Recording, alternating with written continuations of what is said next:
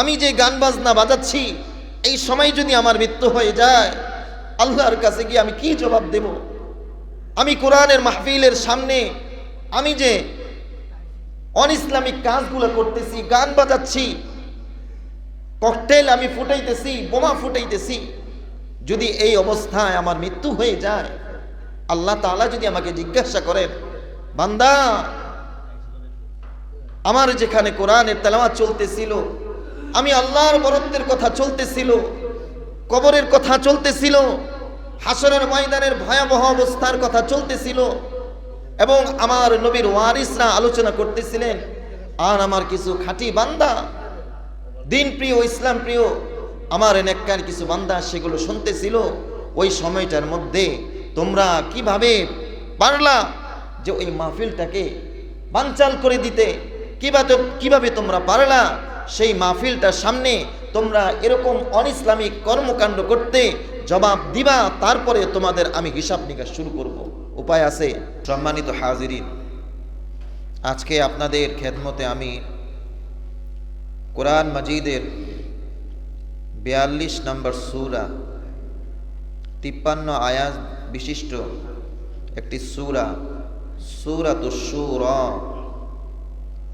এই সূরা থেকে একটি আয়াতে কারিমা, একটা অংশ আমি আপনাদের সম্মুখে তেলাওয়াত করেছি। আল্লাহ রাব্বুল আলামিন যদি আজকে আমাকে তৌফিক দান করেন, তাহলে এই আয়াতের আলোকে আজকে আপনাদের সম্মুখে যদি আল্লাহ ইচ্ছা করেন দু একটি কথা বলবো ইনশাআল্লাহ। আল্লাহ রাব্বুল আলামিন কোরআন মাজিদের মধ্যে এই সূরাতুশ শূরার যে আয়াতে কারিমা তেলাওয়াত করেছি, এই আয়াতে কারিমা নবীর উপরে নাজিল করে আল্লাহ তাআলা আমাদেরকে একটা সুন্দর একটি উপদেশ, সুন্দর একটি এলান আমাদেরকে জানিয়ে দিচ্ছেন। আল্লাহ রাব্বুল আলামিন এখানে দুইটা দলের কথা উল্লেখ করেছেন। নাম্বার 1, আল্লাহ তাআলা প্রথম অংশের মধ্যে বলেন, মান কানা ইউরিদু হারসাল আখিরাতি নাজিদ লাহু ফি হারসি ওয়া মান কানা ইউরিদু দুনিয়া নু'তি মিনহা ওয়া মা লাহু ফিল আখিরাতি মিন নসিব। এই আয়াতে কারিমার মধ্যে আল্লাহ তাআলা আমাদেরকে জানিয়ে দিচ্ছেন, যারা দুনিয়ার মধ্যে দুনিয়াদারিও করে এবং এই দুনিয়াতে থেকে আখিরাতের জন্য যারা ফিকির করে, চিন্তা ভাবনা করে, আল্লাহ রাব্বুল আলামিন ওই চিন্তা ফিকিরের কারণে এবং চেষ্টা মুজাহাদার কারণে আল্লাহ তাআলা ওই বান্দার আখিরাতকে দুনিয়ার মধ্যেই আল্লাহ তাআলা সহজ করে দেন।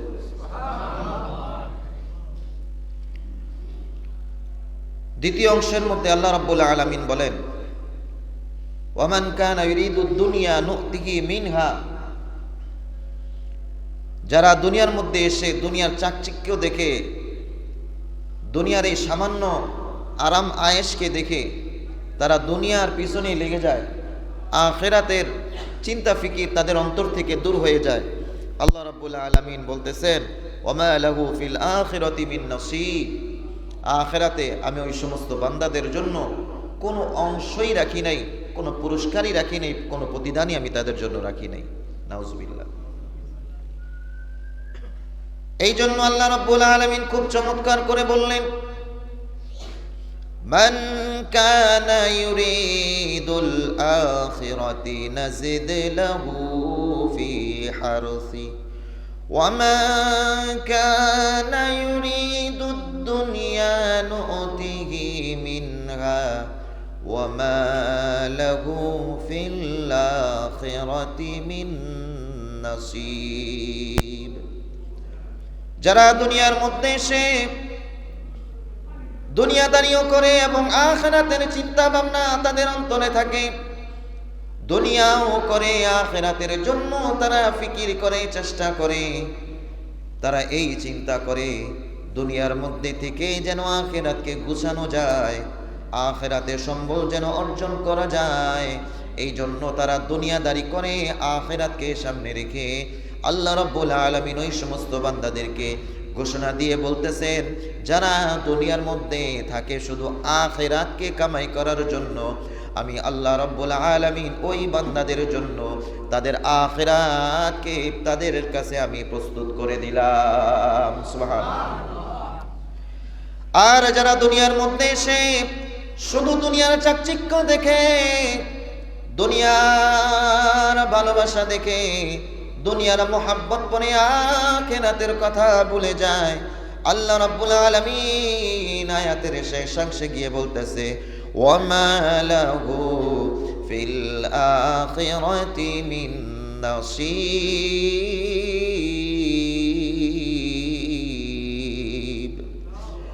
আমি ওই সমস্ত বান্দাদের জন্য আখিরাতে কোনো অংশ রাখি নাই।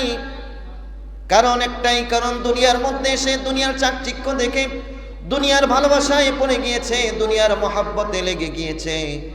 একটা জিনিস আপনারা জরিপ করলে দেখবেন, যারা শুধু দুনিয়াদারি নিয়ে চিন্তা ফিকির করে, দুনিয়ার ভালোবাসার পিছনে পড়ে যায়, দুনিয়ার টাকা পয়সার পিছনে পড়ে যায়, দুনিয়ার মানুষের পিছনে তারা পড়ে যায়, একটা সময় দেখা যায় তাদের দুনিয়াও নসিব হয় না, দুনিয়াও তারা হারিয়ে ফেলে।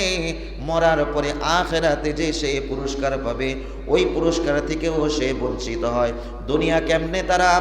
দুনিয়ার মধ্য থেকে কেমনে তারা বঞ্চিত হয়? দুনিয়ার মধ্যে বঞ্চিত হয় এইভাবে যে দুনিয়ার পিছনে থেকে তখন তারা দুনিয়ার আরামায়েশকে অর্জন করার জন্য ডান হাতে এবং বাম হাতে দোনো হাতেই কামাই করতে থাকে।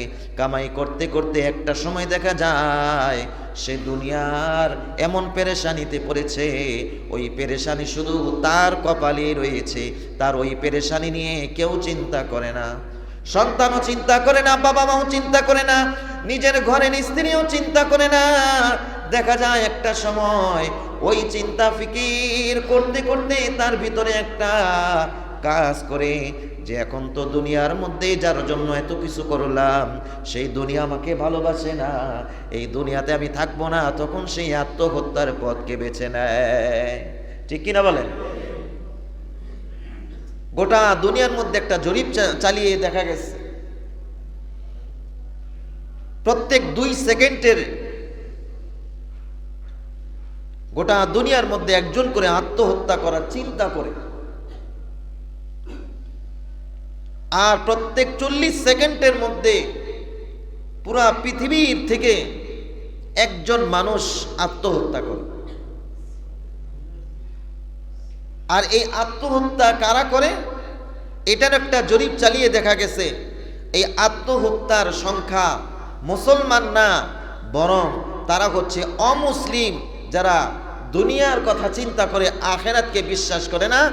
আর এই দুনিয়া কামাই করতে গিয়ে তাদের মধ্যে এত পেরেশানি, এত হতাশাগ্রস্ত তারা হয়, শেষমেশ দেখা যায় যে দুনিয়াও তারা উপভোগ করতে পারে না, যার কারণে সে আর কোনো পথ বেছে নেয় না, আত্মহত্যাই তার শান্তির শেষ ঠিকানা সে খুঁজে বেছে নেয়। ঠিক কিনা বলেন? কারণ মুসলমান জানে যে আত্মহত্যা করা এটা আল্লাহ তাআলা আমার জন্য বৈধ করে নাই, এটা আমার জন্য জায়েজ না। আত্মহত্যা যদি করি তাহলে চিরদিন জাহান্নামের মধ্যে আল্লাহ রাব্বুল আলামিন আমাকে পাঠিয়ে দিবেন, এই জন্য আত্মহত্যা করা যাবে না। এই আত্মহত্যা করে মানুষ কয়েকটি কারণে। 1 নম্বর কারণ হচ্ছে যারা আখিরাতকে বাদ দিয়ে দুনিয়ার পিছনে, দুনিয়ার মায়াতে যারা পড়ে যায় এবং দুনিয়াকে কামাই করতে থাকে, সেই দুনিয়ার পিছনে ছুটতে ছুটতে আখিরাতের কথা ভুলে গিয়ে সেই দুনিয়ার মায়া যখন তার ভিতরে ঢুকে যায়, মহব্বত করে যখন দুনিয়ার পিছনে ছুটতে থাকে, যখনই দুনিয়া তাকে লাথি দিয়ে বের করে দেয়, তখনই সে চিন্তা করে, হায় রে, যার জন্য সারাটা জীবন আমি ব্যয় করলাম, নষ্ট করলাম, আমার জীবন যৌবন সব কিছু বিলিয়ে দিলাম, সেই দুনিয়া আজকে আমাকে লাথি দিয়ে বের করে দিল। যা, আমি আর এই জিন্দেগি রাখবো না, এই জিন্দেগি দুনিয়ার জন্য রাখবো না, এই জিন্দেগিকে আমি শেষ করে দেব। কখন তার মধ্যে এই চিন্তাটা আসে? যখন সেই চিন্তা করে যে দুনিয়ার মধ্যে আমার কোনো অংশ নাই, কারণ তার ভিতরে দুনিয়ার মায়া ছিল, আখিরাতের মায়া ছিল না। যদি আখিরাতের মায়া থাকতো তাহলে সে আত্মহত্যার পথকে বেছে নিত না। সে চিন্তা করতো, রে আয়রে দুনিয়া তো শেষ ঠিকানা না, দুনিয়া তো আমার শেষ জায়গা না, আমি একদিন মরবো, মরার পরে আমার জন্য একটা জিন্দেগি রয়েছে, একটা ঠিকানা রয়েছে, সেটা হচ্ছে যে আখিরাত। আর এই দুনিয়াতে আমি আসছি, আল্লাহ রাব্বুল আলামিন আমাকে অনর্থক পাঠান নাই। আল্লাহ রাব্বুল আলামিন সূরা মুমিনুনের মধ্যে বলেন, 115 নম্বর আয়াতের মধ্যে বলেন, আফা হাসিবতুম আন্নামা খালাকনাকুম আবাসান ওয়া আন্নাকুম ইলাইনা লা তুরজাউন। আল্লাহ রাব্বুল আলামিন বলে, সবাইকে ডাক দিয়ে বলেন, ও আমার বান্দারা তোমরা শোনো, তোমরা কি এটা মনে করেছো, আফা হাসিবতুম আন্নামা খালাকনাকুম আবাসা, আমি তোমাকে অনর্থক সৃষ্টি করেছি, আমি তোমাকে গোল শূন্য সৃষ্টি করেছি, আমি কি তোমাকে এমলেস সৃষ্টি করেছি, আমি কি তোমাকে টার্গেটলেস সৃষ্টি করেছি? বান্দারে না না না, আমি তোমাকে কোনো গোল শূন্য সৃষ্টি করি নাই, অনর্থক তোমাকে সৃষ্টি করি নাই, বরং তোমাকে একটা উদ্দেশ্য সৃষ্টি করেছি। সেই উদ্দেশ্যটা আল্লাহ রাব্বুল আলামিন সূরা জারিয়াতের 56 নম্বর আয়াতের মধ্যে সুন্দর করে বলতেছেন, ওয়ামা খালাকাতুল জিন্না ওয়াল ইনসা ইল্লা লিয়াবুদুন।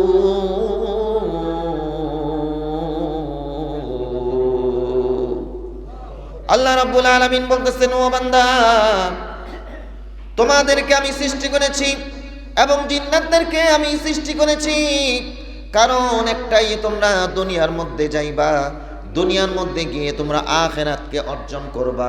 আর ওই আখিরাতকে অর্জন করার একটাই পন্থা, সেটা হচ্ছে আমি আল্লাহর গোলামি তোমরা করবা। আমি আল্লাহর গোলামি করলেই আমি আল্লাহ তোমাদের জন্য আখিরাতকে পুরস্কার হিসেবে দিয়ে দেব। বলতে পারেন, আচ্ছা আখিরাতের জন্য কতদিন আমরা চেষ্টা করব? মানুষের চাকরির একটা বয়স থাকে, যে 20 বছর থেকে নিয়ে 50 বছর পর্যন্ত অনেকের চাকরির মেয়াদ থাকে, যে 50 বছর হয়ে গেলে তার চাকরির আর মেয়াদ থাকে না। আবার অনেকের শরীরের কন্ডিশন বুঝেও সে চাকরি করে, কাজ করে, ব্যবসা করে, প্রত্যেকেরই একটা জোয়ার আছে, তারপরেও সেই জোয়ারের ভাটা আছে না নাই? আছে না? যৌবনের একটা জোয়ার আছে। যৌবন কি চিরদিন থাকে? যৌবন যেমন চিরদিন থাকে না, যৌবনের পরে আপনার যৌবন শেষ হওয়ার একটা সময় আসে, ঠিক তদ্রুপ ভাবে চাকরিরও একটা মেয়াদ থাকে। এত বছর থেকে এত বছর পর্যন্ত চাকরি করা যাবে, এরপরে চাকরির মেয়াদ থাকবে না, চাকরির মধ্যে আপনাকে রাখবে না। সেই হিসেবে আপনি বলতে পারেন, আচ্ছা দুনিয়ার মধ্যে আখিরাতকে ঘুষানোর জন্য কতদিন আল্লাহর গোলামি করা লাগবে, কতদিন নামাজ পড়া লাগবে, কতদিন রোজা রাখা লাগবে, কতদিন আল্লাহর ইবাদতের মধ্যে ডুবে থাকা লাগবে। আল্লাহ রাব্বুল আলামিন সেই কথাটাও সূরা হুজরাতের 99 নম্বর আয়াতের মধ্যে বলেন, ওয়াবুদু রাব্বাকা হাত্তা ইয়াতিয়াকাল ইয়াকিন। ও বান্দা, দুনিয়ার মধ্যে যখন আমি তোমাকে পাঠিয়েছি, যখনই তোমার উপরে ইবাদত ফরজ হয়েছে, যখনই তুমি বালক হয়েছো, যখনই তুমি বুঝতে শিখেছো, তখন থেকে তুমি আমি আল্লাহর গোলামি করবা। যতদিন পর্যন্ত তোমাকে মালাকুল মাউত এসে পাকড়াও না করবে, ততদিন পর্যন্ত গোলামি একজনের করতে হবে। চিৎকার করে বলুন, তিনি কে? মৃত্যু পর্যন্ত আল্লাহর গোলামি করতে হবে। মৃত্যু আগ পর্যন্ত এরকম না যে 40 বছর পর্যন্ত গোলামি করব, এরপরে দুনিয়াদারি করব। 20 বছর পর্যন্ত আমি গোলামি করব না, 20 বছর পরে গিয়ে আল্লাহর গোলামি শুরু করব, এমনটা হবে না। আল্লাহ তাআলা যখন আপনাকে আমাকে পাঠিয়েছেন তখন থেকে আল্লাহ তাআলার ইবাদত শুরু করব, মৃত্যুর আগ পর্যন্ত আল্লাহর গোলামি করব। যদি আল্লাহর গোলামি করে যদি মরতে পারি, আল্লাহ তাআলা বলেন মরার পরে তোমার জন্য আমি রেখে দিয়েছি। সূরা কাফের 107 নম্বর আয়াতের মধ্যে আল্লাহ তাআলা বলেন, ইন্নাল্লাযীনা আমানু ওয়া আমিলুস সালিহাতি কানাত লাহুম জান্নাতুল ফিরদাউসি নুজুলা খালিদিনা ফিহা লা ইয়াবগুনা আনহা হিওয়ালা। আল্লাহ রাব্বুল আলামিন বলেন, ও বান্দারা, ইবাদত করবা মরণ পর্যন্ত। মরার সময় যদি তুমি ঈমান এবং ইবাদত নিয়ে, আমলে সালেহা নিয়ে যদি তুমি মৃত্যুবরণ করতে পারো রে বান্দা, তাহলে আমি আল্লাহ তাআলা মরার পরে তোমার জন্য জান্নাতুল ফিরদাউস লিখে রেখেছি। সুবহানাল্লাহ। কানাত লাহুম জান্নাতুল ফিরদাউসি নুজুলা।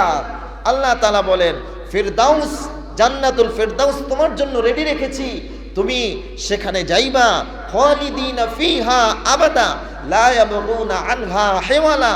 চিরকাল চিরদিন তুমি সেখানে থাকবা, কোনোদিন তোমার এইখানে কোনো অভিযোগ আসবে না, কোনোদিন তুমি কিছু পাইবা না, এই চিন্তাও তোমার হবে না। বরং আমি আল্লাহ তাআলা হাজার হাজার অসংখ্য অগণিত নিয়ামত দিয়ে জান্নাতের মধ্যে তোমাকে আমি প্রবেশ করিয়ে দেব। সুবহানাল্লাহ। এই জন্য আল্লাহ রাব্বুল আলামিন সূরা শুরার মধ্যে বলতেছেন, মান কানা ইউরিদু হারসাল আখিরাতি নাজিদ লাহু ফি হারসি। যে ব্যক্তি দুনিয়ার মধ্যে থাকে, দুনিয়ার মধ্যে থেকে আখিরাতের চিন্তা করে, আখিরাতের জন্য দুনিয়া কামাই করে, দুনিয়ার মধ্যে চলে, দুনিয়ার মধ্যে চলাফেরা করে, আর আমি আল্লাহ রাব্বুল আলামিন ওই বান্দাদের জন্য আখিরাতের নিয়ামতকে তার সামনে আমি বড় করে দেব। وَمَا كَانَ يُرِيدُ الدُّنْيَا نُؤْتِهِ مِنْهَا وَمَا لَهُ فِي الْآخِرَةِ مِنْ نَصِيبٍ। আল্লাহ রাব্বুল আলামিন বলতেছেন, আর যারা দুনিয়ার মধ্যে এসে দুনিয়ার মায়ায় পড়ে যায়, আখিরাতের কথা ভুলে যায়, ও বান্দারা, ও আল্লাহর গোলাম, ও আমার কলিজার টুকরা যুবক ভাইয়েরা, তরুণ ভাইয়েরা, ভালো করে শুনো। দুনিয়ার মায়ায় পড়ে, দুনিয়ার মহাব্বতে, দুনিয়ার ভালোবাসায় আখিরাতের কথা ভুলে যায়। যখন কোনো বান্দার অন্তরের মধ্যে দুনিয়ার ভালোবাসা ঢোকে, যখন তার অন্তরের মধ্যে দুনিয়ার মায়া ঢোকে, দুনিয়ার লোভ ঢোকে, তখন তার সামনে আখিরাতকে গুরুত্ব লাগে না, আখিরাতের কথা ভালো লাগে না, কোরআনের কথা ভালো লাগে না, মসজিদের প্রতি মায়া হয় না, কোরআনের প্রতি তার ভালোবাসা হয় না। তার জ্বলন্ত প্রমাণ কয়েকদিন আগে এই যে 31st নাইট গেল, আপনারা দেখেন নাই? 31st নাইট গেছে না? এই তো 2-1 দিন আগে তো গেল। 31st নাইটের মধ্যে জ্বলন্ত, নিজে সাক্ষী, জনগণ সাক্ষী, আপনারাও সাক্ষী। এখান দিয়ে কোরআনের কথা হয়, এখান দিয়ে আখিরাতের কথা হয়।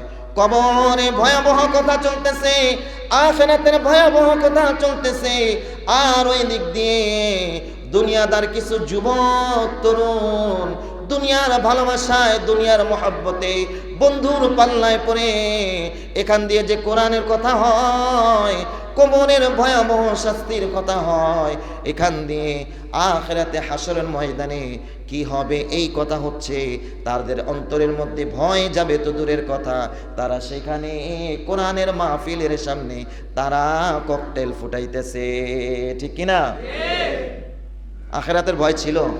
ছিল না।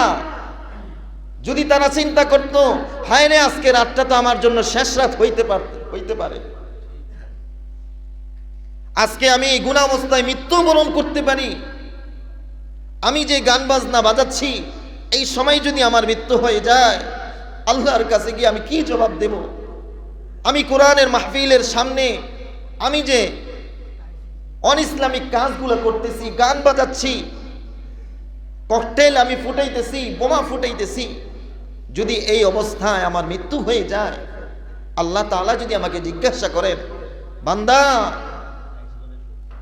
আমার যেখানে কোরআনের তেলাওয়াত চলতেছিল, আমি আল্লাহর বরত্বের কথা চলতেছিল, কবরের কথা চলতেছিল, হাসরের ময়দানের ভয়াবহ অবস্থার কথা চলতেছিল, এবং আমার নবীর ওয়ারিসরা আলোচনা করতেছিলেন, আর আমার কিছু খাঁটি বান্দা, দিন প্রিয়, ইসলাম প্রিয় আমার নেককার কিছু বান্দা সেগুলো শুনতেছিল, ওই সময়টার মধ্যে তোমরা কিভাবে পারলা যে ওই মাহফিলটাকে বানচাল করে দিতে?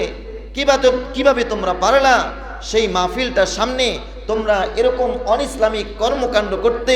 জবাব দিবা, তারপরে তোমাদের আমি হিসাব নিকাশ শুরু করব। উপায় আছে? উপায় নাই। এই দুনিয়াটা আল্লাহ রাব্বুল আলামিনের কাছে কোনো মূল্যহীন, আল্লাহ তাআলার কাছে কোনো দাম নাই। নবী বলতেছেন, ও উম্মতেরা, তোমাদের কাছে আমি বলি, আল্লাহ তাআলার কাছে যদি এই দুনিয়াটা একটা ছোট্ট মশার পাখা পরিমাণ যদি দাম হইতো, তাহলে এই দুনিয়ার মধ্যে আল্লাহ রাব্বুল আলামিন তার একজন নাফরমান বান্দাকে এক ডুব পানিও তিনি দিতেন না। ঠিক কিনা? আল্লাহর কাছে যদি একটা মশা ছোট্ট, এই মশার পাখাটা কতটুকু হবে? এই পাখা পরিমাণও যদি আল্লাহর কাছে এই দুনিয়াটা কদর হইতো, তাহলে কোনো নাফরমানকে আল্লাহর জমিনে আল্লাহ এক ঢোক পানিও সে গিলতে দিত না। ঠিক কিনা বলেন? এই দুনিয়াটা আল্লাহর কাছে কিছুই না, এই দুনিয়াটা আল্লাহর কাছে কিছুই না। আখিরাতের তুলনায় যে আখিরাত আমি আপনি যাব, ওই আখিরাতের একটা সন্ধ্যা এই ৬০-৭০ বছরের জিন্দেগি, ৬০-৭০ বছরের জিন্দেগি আখিরাতের তুলনায় সামান্য। আল্লাহর নবী সাল্লাল্লাহু আলাইহি ওয়াসাল্লাম তিনিও এই দুনিয়াটাকে তেমন মূল্যায়ন করতেন না। আল্লাহর নবী সাল্লাল্লাহু আলাইহি ওয়াসাল্লাম একবার তিনি বিশ্রাম নিতেছিলেন ঘরের মধ্যে। হঠাৎ হযরতে ওমরে ফারুক রাদিয়াল্লাহু তাআলা আনহু আল্লাহর নবীর কাছে গেলেন। আল্লাহর নবী শোয়া থেকে উঠলেন, ওঠার পরে দেখলেন যে ওমর রাদিয়াল্লাহু তাআলা আনহু আল্লাহর নবীর পিঠের দিকে তাকিয়ে দেখলেন, আল্লাহর নবীর পিঠের মধ্যে চাটাইয়ের দাগ লেগে আছে। ওমর রাদিয়াল্লাহু তাআলা আনহু এই দৃশ্যখানা দেখে তিনি কান্না করতেছেন, চোখ দিয়ে পানি বের হয়ে গেছে। আল্লাহর নবী সাল্লাল্লাহু আলাইহি ওয়াসাল্লাম ওমর রাদিয়াল্লাহু তাআলা আনহুকে জিজ্ঞাসা করলেন, ওরে ওমর, তুমি কেন কান্না করতেছো? ওমর রাদিয়াল্লাহু তাআলা আনহু বলতেছেন, ওগো আল্লাহর নবী, কাইসার এবং কিসরার বাদশাদের এমন কি তারা করে? তাদের জন্য এত আরাম আয়েশ, তারা দুনিয়ার মধ্যে কত ভালো ভালো খাবার খায়, কত নরম বিছানার উপরে তারা শোয়, দুনিয়ার মধ্যে তারা এত শান্তিতে থাকে। আর আপনি তো বাদশাদের বাদশাহ, গোটা জগতের যত বাদশাহ আছে সমস্ত বাদশার বাদশাহ আপনি। আল্লাহ রাব্বুল আলামিনের কাছে যদি আপনি বলেন, এই যে উহুদ পাহাড়টা দেখা যায়, উহুদ পাহাড়টা আপনি যদি বলেন স্বর্ণ বানিয়ে দিতে, আল্লাহ তাআলা আপনার জন্য উহুদ পাহাড়টাকে স্বর্ণ বানিয়ে দিবেন। আর আপনি সামান্য একটা চাটাইয়ের মধ্যে শুয়ে আছেন। আল্লাহর নবী সাল্লাল্লাহু আলাইহি ওয়াসাল্লাম ওমর রাদিয়াল্লাহু তাআলা আনহুকে বলতেছেন, ওমর রে, যদি এই দুনিয়াটা যদি আমাদের জন্য চিরস্থায়ী হইতো, তাহলে আমরা অনেক কিছু করতাম।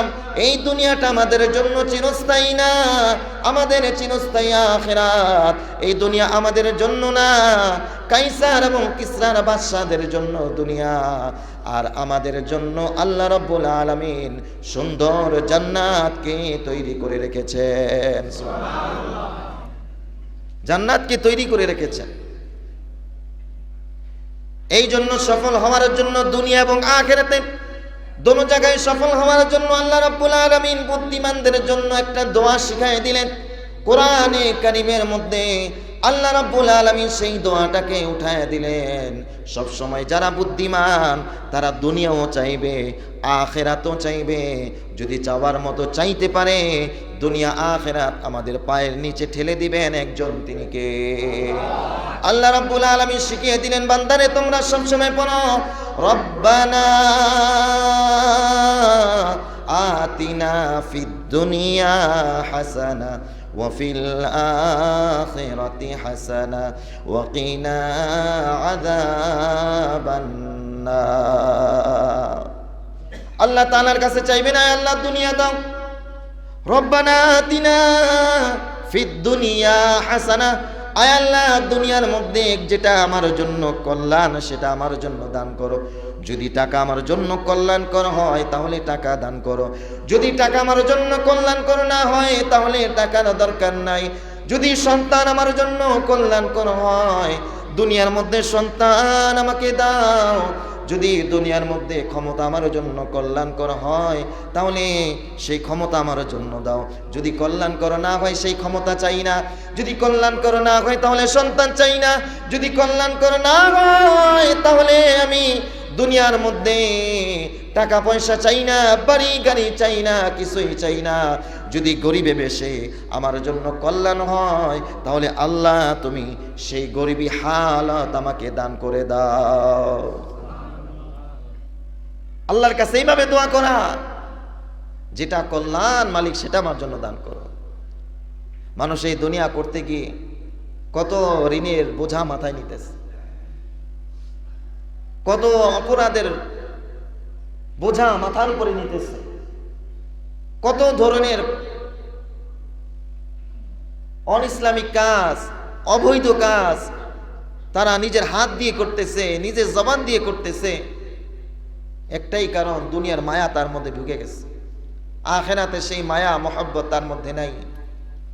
যদি আখিরাতের মায়া যাদের মধ্যে ঢুকে যায় তারা কোনো দিন দুনিয়াকে দুনিয়া মনে করে না। দুনিয়াকে যেমনিভাবে রাসূল বলেছেন তুচ্ছ, সেও তার কাছে দুনিয়াটা তুচ্ছ মনে হয়। আর যার মধ্যে দুনিয়া বড় হয়ে গেছে, বড় মনে করে, তারাই সেই দুনিয়াকে পাওয়ার জন্য আখিরাতকে বেচতে, নিজের ঈমানকে বেচতেও তারা সময় দেয় না। ঠিক কিনা বলেন? আল্লাহ তাআলা শিখিয়ে দিলেন, রব্বানা আতিনা ফিদ দুনিয়া হাসানাতাও ওয়া ফিল আখিরাতি হাসানা ওয়া কিনা আযাবান নার। আল্লাহ রাব্বুল আলামিন বলতেছেন, দুনিয়ার কল্যাণ চাও আল্লাহর কাছে, আখিরাতের কল্যাণ চাও আল্লাহর কাছে, এবং সব সময় আল্লাহ রাব্বুল আলামিনের কাছে তোমরা পানা চাও।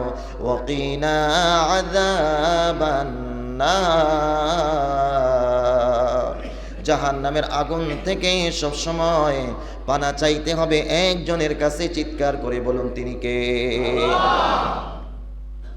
এই জন্য আমাদেরকে নমুনা বারবার দেখায় দিয়ে গিয়ে একা মনে হয়, তখন ওই মানুষটা আত্মহত্যার পথ বেছে নেয়।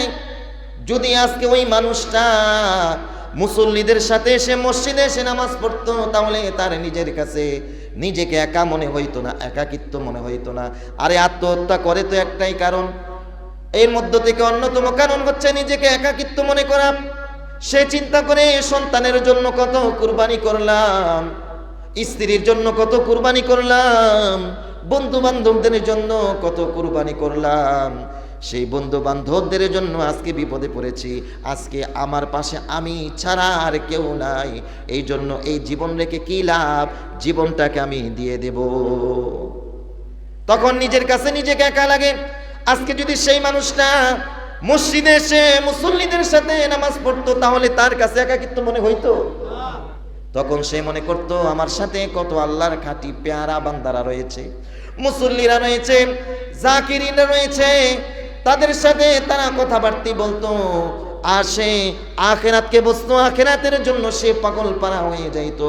তখন সে দুনিয়ার পিছনে ছুটতো না, ছুটতো আখিরাতের পিছনে। আখিরাতের পিছনে যে ছোটে আল্লাহ রাব্বুল আলামিন তার জন্য দুনিয়াও সুন্দর করে দেয়, আর মরার পরে আখিরাতকেও আল্লাহ তাআলা সুন্দর করে দেয়। তার টাকা হয়েছে, সে হজের ময়দানে গিয়েছে, বাইতুল্লাহ জিয়ারত করার জন্য সে যাবে, তখন তার কাছে নিজেকে একাকিত্ব মনে হবে না। তার কাছে টাকা হয়েছে, গরিব দুঃখীদের কাছে বিলিয়ে দিতেছে, নিজের কাছে একা মনে হবে না। তখন সে চিন্তা করবে, আমার টাকা আল্লাহ তাআলা নিয়ামত দিয়েছে, আমি মসজিদে দিতেছি, মাদ্রাসায় দিতেছি, গরিব দুঃখীদের কাছে বিলিয়ে দিতেছি, তারা আমার জন্য দোয়া করবে, আখিরাতকে তাদের দোয়ার বিনিময়ে সুন্দর করে দিবেন যিনি, তিনি কে? আল্লাহ সুন্দর করে দিবেন। তখন তার কাছে একাকিত্ব মনে হবে না। আখিরাতের মহব্বত যখন ঢুকবে, তখন সে আখিরাতকে সামনে রাখবে। দুনিয়াদারি করার সময় সে চিন্তা করবে, আয় আমার এই কাজ করা যাবে না, অবৈধভাবে টাকা অর্জন করা যাবে না, গানের কোনো কনসার্ট করা যাবে না, গানের কোনো মজলিসে যাওয়া যাবে না, 31st নাইটে আমার সেই যারা দুনিয়াদারির জন্য কনসার্ট করতেছে তাদের সাথে অংশগ্রহণ করা যাবে না। তখন এই চিন্তা যখন সে করবে, তখন তার জন্য আল্লাহ রাব্বুল আলামিন নেক কাজ করা তার জন্য সহজ করে দিবেন। আখিরাতের ভয় তো যখন তার মধ্যে থাকবে, তার দ্বারা কোনো গুনাহ হবে না। আর যখন সে গুনাহ না করবে, দুনিয়াও আল্লাহ তাআলা তার জন্য সহজ করবেন, আখিরাতও আল্লাহ তাআলা তার সহজ করবেন। মরার পরে আল্লাহ তাআলা তার জন্য জান্নাতুল ফেরদাউসকে নসিব করে দিবেন। আত্মহত্যার সংখ্যা ইদানিং বেড়ে গেছে। মুসলমানও আত্মহত্যা করে, একজন বেঈমানও আত্মহত্যা করে। আত্মহত্যা করার সময় দেখবেন অনেকে লাইভ করতেছে, লাইভে দেখাইতেছে, আমার মা বাবা কেউ আমারে চিনল না, আমার সন্তান আমাকে চিনল না, আমার বন্ধু বান্ধব আমাকে চিনল না, সবার সামনে কালিমা পয়রা পয়রা নিজের অস্ত্র ঠেকায় নিজে গুলি করে মরে গেছে। আপনারা দেখবেন, অনলাইনে দেখবেন, অনেক জায়গায় এরকম দেখা যায়। লাইভের মধ্যে সে গলার মধ্যে রশি দিয়ে ফাঁসি দিতেছে, পিস্তল দিয়ে গুলি করতেছে। আবার লাইভ দেখে যারা তাকে বাঁচানোর জন্য যারা গেছে, এদের দরজা খোলার আগে দরজার সামনে লেখা দিছে, তালা ভাঙ্গার দরকার নাই, লক আমি করি নাই, লক খোলা রাখছি, লক ঘুরাও দরজা খুলে যাবে, দরজাটা শুধু শুধু নষ্ট করো না। সে চিন্তা করছে যে আমাকে উদ্ধার করার জন্য দরজা ভাঙবে, এটা ভাঙবে কেন, এটা যদি না ভাঙে তাহলে তো এটা সুন্দর থাকবে, ভালো থাকবে, এটা পরে ঠিক করাইতে হবে। এই মায়াটা তার মধ্যে গেছে যে দরজাটা শুধু শুধু ভাঙবে আমার জন্য, দরজা ভাঙার দরকার নাই। কিন্তু সে যে বড় একটা গুনার কাজ করতেছে, নিজের জীবনটা যে জাহান্নামের আগুনের মধ্যে দিয়ে দিতেছে, এই চিন্তাটা সে করে নাই। সে দুনিয়ার চিন্তা করছে। আখিরাতের চিন্তা যদি সে করত, তাহলে সে গলার মধ্যে ফাঁসি দিত? হ্যাঁ, নিজের মাথার মধ্যে নিজে গুলি করতো না। দুনিয়ার সন্তানের মায়া আছে, বাবা মার প্রতি মায়া আছে, এগুলা থাকবে, কিন্তু এগুলার মধ্যেও যেন আপনারা আখিরাত থাকে, এগুলার মধ্যেও আখিরাত চিন্তা করবে। টাকা কামাই করবেন, এটার মধ্যেও যেন আখিরাত থাকে, টাকা খরচ করবেন, এটার মধ্যেও যেন আখিরাত থাকে। যে আমি যেই জায়গায় টাকা খরচ করতেছি, কনসার্টের ভিতরে আমি টাকা খরচ করতেছি, এই টাকাটা খরচ করতেছি, এটা এই খরচের দ্বারা আল্লাহ খুশি না নারাজ? বলেন আপনারা। এই যে গানের অনুষ্ঠানগুলোর মধ্যে যে আমি টাকা খরচ করতেছি, এলাকার ছেলে পেলে এসে আপনাকে ধরছে, মুরব্বী আপনি, এলাকার কেউ আপনি বলতেছে যে আমরা কনসার্ট করব 31st নাইটে, টাকা দেন, আপনি টাকা দিলেন। বলেন এই টাকাটা দেওয়ার কারণে যুবক তরুণরা খুশি হয়েছে, নারাজ হয়েছেন কে? আর আল্লাহর ঘরে 500টা টাকা দিচ্ছেন, এর দ্বারা খুশি হয়েছেন কে? মাহফিলের জন্য 500টা টাকা দিচ্ছেন, কোরআনের আলোচনা হবে, দ্বীনের কাজের জন্য 500টা টাকা দিচ্ছেন, এর জন্য খুশি হয়েছেন কে? নারাজ হয়েছে একজন। কে নারাজ হয়েছে? শয়তান।